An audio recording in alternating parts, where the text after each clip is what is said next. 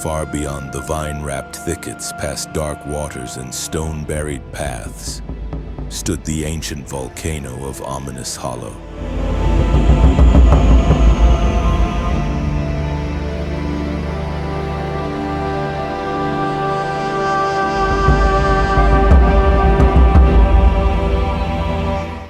Its peak long thought cold and lifeless.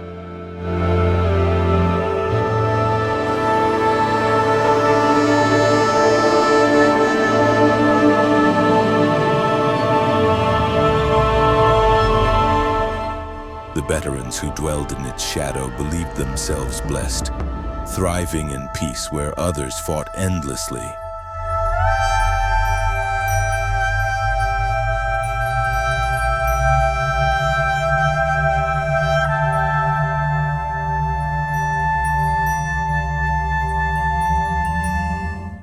But the hollow stirred, the volcano roared for the first time in ages.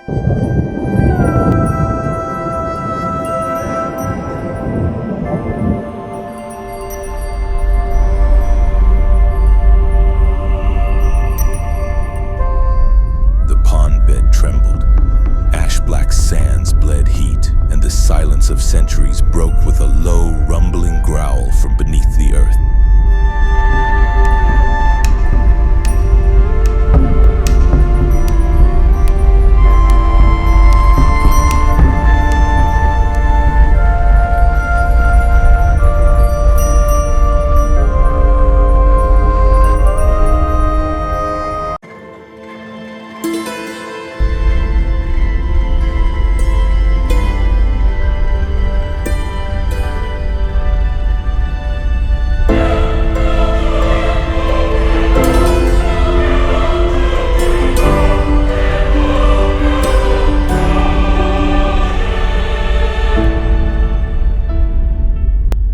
Two Betarans watched in dread, one a crimson warrior whose scales caught light like fire, the other a solemn gray whose eyes carried the weight of silence.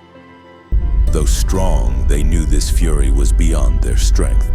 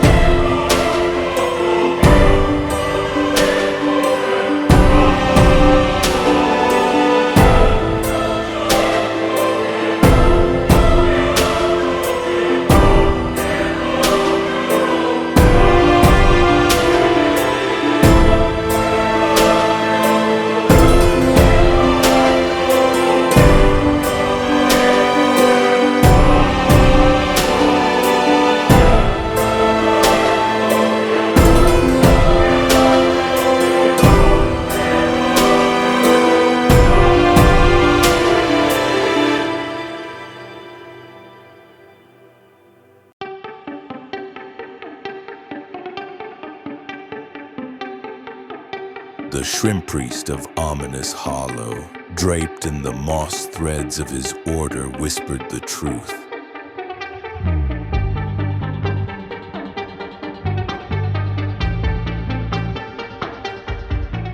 This eruption was no natural awakening. The scavengers and the great angel that had claimed the thickets had severed the Guparine's moss threads deep beneath the ground.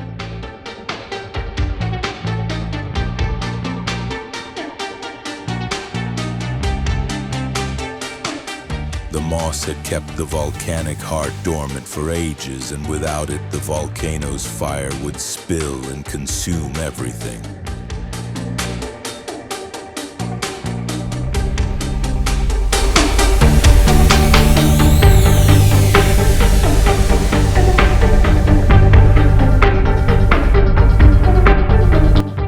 The Crimson One raged at the injustice.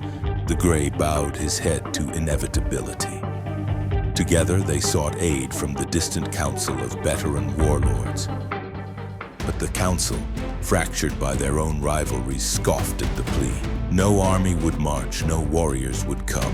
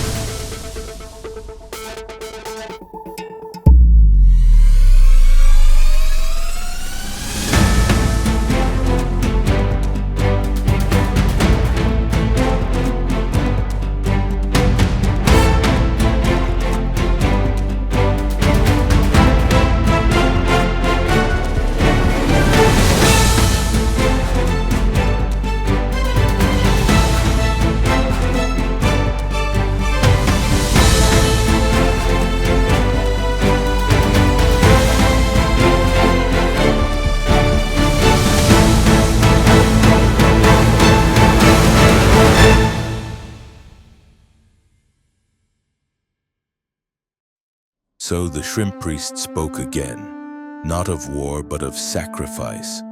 Only through the surrender of life itself could the broken balance be mended. And in the still darkness of that doomed place, the two Betarans chose to give what none else would. They swam to the volcano's heart, where cracks spilled bubbles of burning water.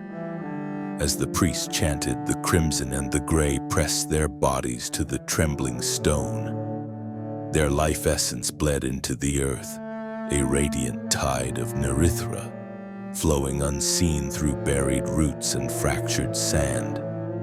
It coursed outward across Abysantria until at last it reached the far thickets, where another story had already ended. For in the jagged reaches, KAELEEN and Vathar had fought their last.